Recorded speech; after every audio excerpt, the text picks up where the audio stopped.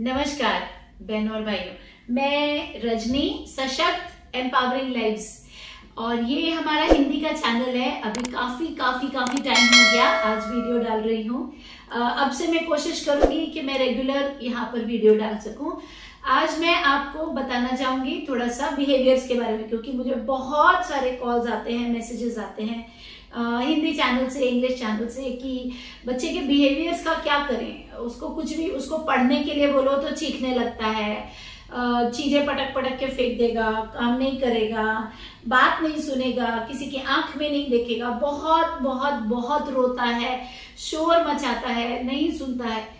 तो आज इसी टॉपिक के ऊपर हम बात करेंगे। देखिए क्या होता है, जब एक बच्चे को ऑटिज्म है तो उनको बहुत इस चीज की तकलीफ होती है कि वो अपनी बात नहीं बता पाते।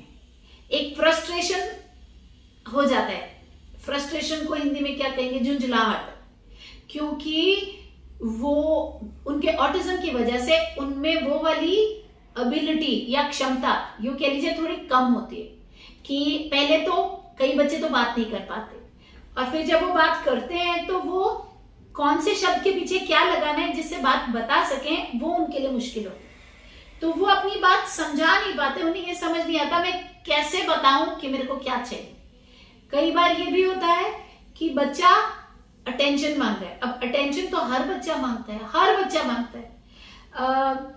न्यूरोटिपिकल बच्चा क्या करेगा? उसको आपका ध्यान अपनी तरफ आकर्षित करना है। देखो देखो मम्मी, मैंने ये क्या लिखा, मैंने ये क्या स्नेक बनाया, मैंने बोट बनाई, देखो मैंने ये क्या किया, अच्छा मैं आपको ये पोएम सुनाता हूँ।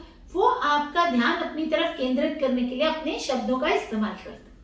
अब हमारा बच्चा भी हमारा ध्यान अपनी तरफ केंद्रित करना चाहता है, लेकिन उसके पास इतनी भाषा ही होती तो ऑटिस्टिक नहीं होता। तो वो क्या करता है, वो बोलता है कि थोड़ा बहुत कुछ मम्मी या कुछ, लेकिन पूरा नहीं बोल पाता कि देखो मैंने ये बनाया है, या मेरे को ध्यान दो, या मेरे को सुनो। तो बैठे बैठे क्या करेगा? उठा के इसको फेंक देगा। जैसे ही इसको फेंकेगा तो मम्मी एकदम पलट के, ये क्या किया? अभी तक तो मम्मी देख भी नहीं रही थी उसको, लेकिन जैसे ही फेंका तो मम्मी पलट के। तो उसको क्या समझ आई? अगर मम्मी की अटेंशन चाहिए तो चीजें फेंक दो, ये पलट के आएगी। तो हमने क्या किया, एक तरीके से उसे ट्रेनिंग दे दी कि बेटा चीजें तोड़ता रहो, मैं तुझे अटेंशन देती रहूंगी। फिर हम उसके थप्पड़ भी जड़ देंगे, फिर चीखेंगे, चिल्लाएंगे, क्यों किया, पर हम जब तक अटेंशन देते रहेंगे तब तक वो हटने वाला नहीं। और जितने साल हम ये करते रहेंगे ना, उतना ज्यादा उसका बिहेवियर पक जाएगा। इसलिए हमारे लिए ये चीज बहुत जरूरी है कि हम बच्चे को गलत चीज पे अटेंशन ना दें। अब खाली हम अटेंशन नहीं देंगे तो वो अलग अलग चीजें ट्राई करेगा। आज ये फेंक रहा है, कल को सर मारेगा, कहीं तो हम अटेंशन देंगे ही देंगे। ऐसा तो हम नहीं कर सकते कि हमारे बच्चे की खून निकल रहा है और हम अटेंशन ना देने की बात कर रहे हैं, तो नहीं हो सकता है ना। तो क्या करने की जरूरत है? हमें बच्चे को मोटिवेट रखने की जरूरत है। मोटिवेट मतलब खुश रखने की जरूरत है कि उसकी भी बात सुनी जा रही है। अगर उसकी बात सुनी जा रही है तो डेफिनेटली वो ये नहीं करेगा कि बात सुनवाने के लिए कोई चीज फेंके। और बात सुनी जा रही के लिए क्या है जरूरी? उसको भाषा सिखाना। तो अगर वो वर्बल है तो हम इसको इंग्लिश में बोलते हैं रिप्लेसमेंट बिहेवियर, यानी कि हम रिप्लेस कर रहे हैं, उसके तोड़ने, फेंकने, काटने को रिप्लेस कर रहे हैं सही शब्दों से। तो जैसे ही वो चीज फेंकेगा हम उसको अटेंशन नहीं देंगे। हमने चीज को साफ किया, अगर कांच टूटा था या कुछ था उसको भी साथ लगाया, साफ करवाया, उसको डांटा फटकारा नहीं, एकदम अटेंशन नहीं देंगे। और फिर बोलेंगे आप मम्मी को बोलोगे, पहले बोलो ये टूट गया। तो धीरे धीरे वर्ड्स देना शुरू करके। फिर इसमें होता है एंटीसीडेंट बिहेवियर कॉन्सिक्वेंस। पहले क्या हुआ, उसकी वजह से क्या बिहेवियर हुआ, और फिर उसको नतीजा क्या निकला। एंटीसीडेंट क्या था, पहले क्या हुआ, बिहेवियर क्या बिहेवियर दिया बच्चे ने, और कॉन्सिक्वेंस क्या नतीजा निकला। तो हमको ये देखना पड़ेगा कि इसने जो ये कप फेंका, ये क्यों फेंका, इसको क्या चाहिए था। अगर हमको ये नहीं पता है तो हम इसको करेक्ट नहीं कर पाएंगे, क्योंकि रिप्लेसमेंट बिहेवियर नहीं दे पाएंगे। तो मान लीजिए उसने ये कप इसलिए फेंका क्योंकि हम उससे ये वर्कशीट कराना चाहते हैं। तो हमने बोला कि बेटा वर्कशीट करेंगे, चलो बैठ लिखेंगे। क ख लिखेंगे, ABC लिखेंगे, कुछ भी करेंगे, उसने उठा के कप फेंक दिया।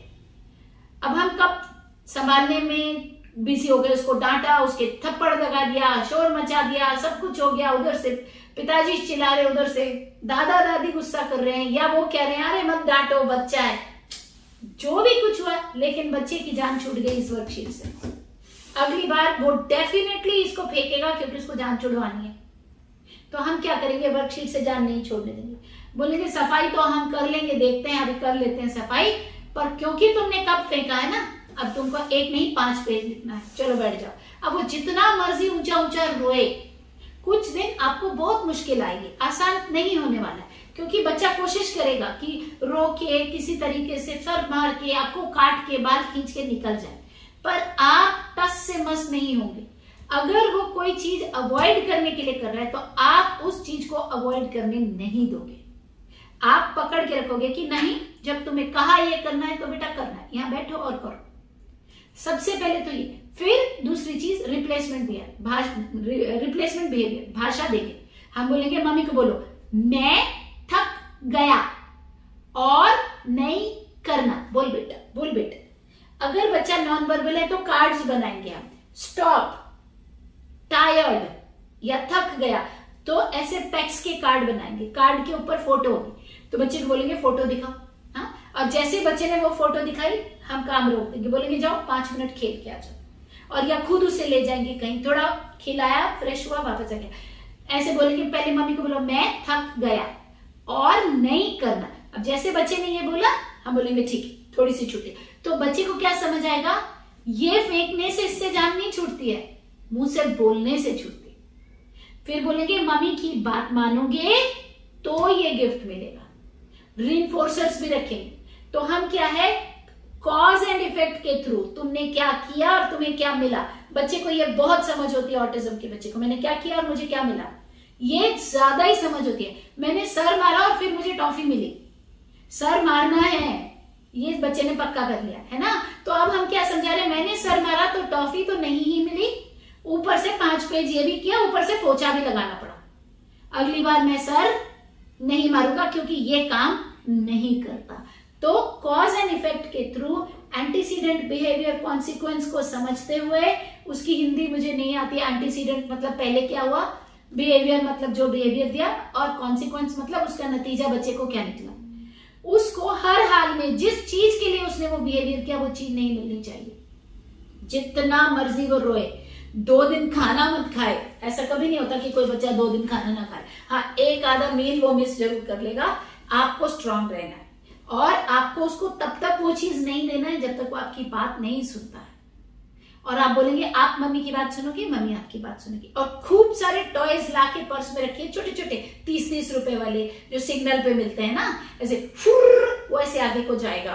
कुछ बॉल छोटी सी, कोई ऐसे लाइट एंड साउंड वाला, कोई बतख ऐसी हिलने वाली, जमीन पे ऐसे ऐसे चलने वाले, जो कि टूट जाए तो कोई बुरा भी ना लगे, वैसे खिलौने लाके अपने पर्स में भरिए, बोले देखो मेरे पास क्या है, तुम बात सुनोगे ये मिलेगा।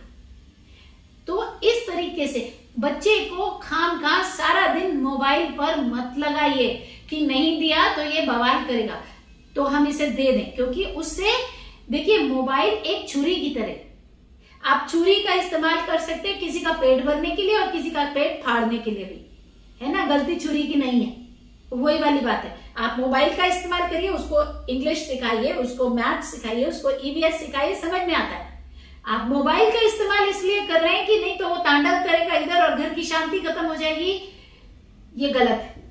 होने दीजिए घर की शांति, पर देना नहीं, है ना, हिसाब से देंगे, जो हम कराना चाहते हैं वो कराने के लिए देंगे और सिखाएंगे बच्चे, ठीक है।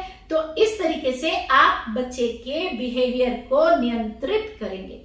आप एक टाइम टेबल बनाएंगे, जब आप टाइम टेबल बनाएंगे हर रोज उस टाइम पे बैठाएंगे उसको, आपके वर्कशीट्स आप रेडी रखेंगे, आप रोने धोने पर बिल्कुल टस से मस नहीं होंगे, काम खत्म कराए बगैर उठेंगे नहीं। ये नहीं सोचना इतना तो रो रहा था, इसने सीखा क्या, उसने ये सीखा कि जब मम्मी कहती है काम करो तो काम करना है। सबसे पहले तो ये सीखना जरूरी है, जब ये सीख लिया उसके बाद आप बैठा के सिखा भी सकेंगे।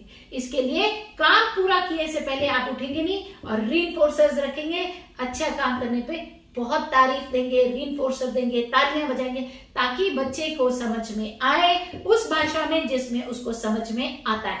वो क्या है, मैं क्या कर रहा हूं और मुझे क्या मिल रहा है, ये चीज सबसे ज्यादा समझ में आती है ऑटिस्टिक बच्चे को। तो मैं बात मान रहा हूं, मेरे को टॉय मिल रहा है, मैं बात मान रहा हूं, मेरे को प्यार मिल रहा है, जैसे ये कह रहे हैं वैसे सुन रहा हूं, तो मेरे को बहुत सारा कुछ, मेरी केयर हो रही है, अटेंशन मिल रही है, तो मैं ऐसे ही कर लूं, ये ऐसे करूंगा तो मेरे को फायदा। बहुत सारे पेरेंट्स से मैंने सुना है ये जानबूझ के चिढ़ाने के लिए करता है। अरे उसको इतनी समझ होती तो ऑटिज्म नहीं होता। वो जानबूझ के चिढ़ाने के लिए नहीं कर रहा है, उसको ये पता है, उसको आपके दिमाग की स्थिति नहीं समझ आ रही है कि आपके लिए ये चीज गलत है। उसको पता है मुझे बॉल चाहिए थी, ये नहीं दे रही थी, मैंने काट लिया तो बॉल मिल गई, अब अगली बार क्यों नहीं काटेगा, है ना। तो वो कुछ आपके खिलाफ जानबूझ के नहीं कर रहा, क्योंकि लैंग्वेज है नहीं यूज करने के लिए। या तो बिल्ड करो, अगर आप लैंग्वेज बिल्ड करोगे तो सीखेगा तो इस्तेमाल करेगा। और उसकी समझ कैसे है, मैंने लैंग्वेज बोली, मेरे को चीज मिली, अगली बार बोलना है। अभी मैंने सर मारा, मेरे को चीज मिली, अगली बार सिर मारना है, तो उसकी कसूर नहीं है ना। इस तरीके से बिहेवियर्स को चेंज कीजिए और मेरे को नीचे कमेंट्स में बताइएगा आपको कितना फायदा मिला। और कोई अगर सवाल है तो अब से मैं रेगुलर इस चैनल पर वीडियोस डालने की पूरी कोशिश करूंगी।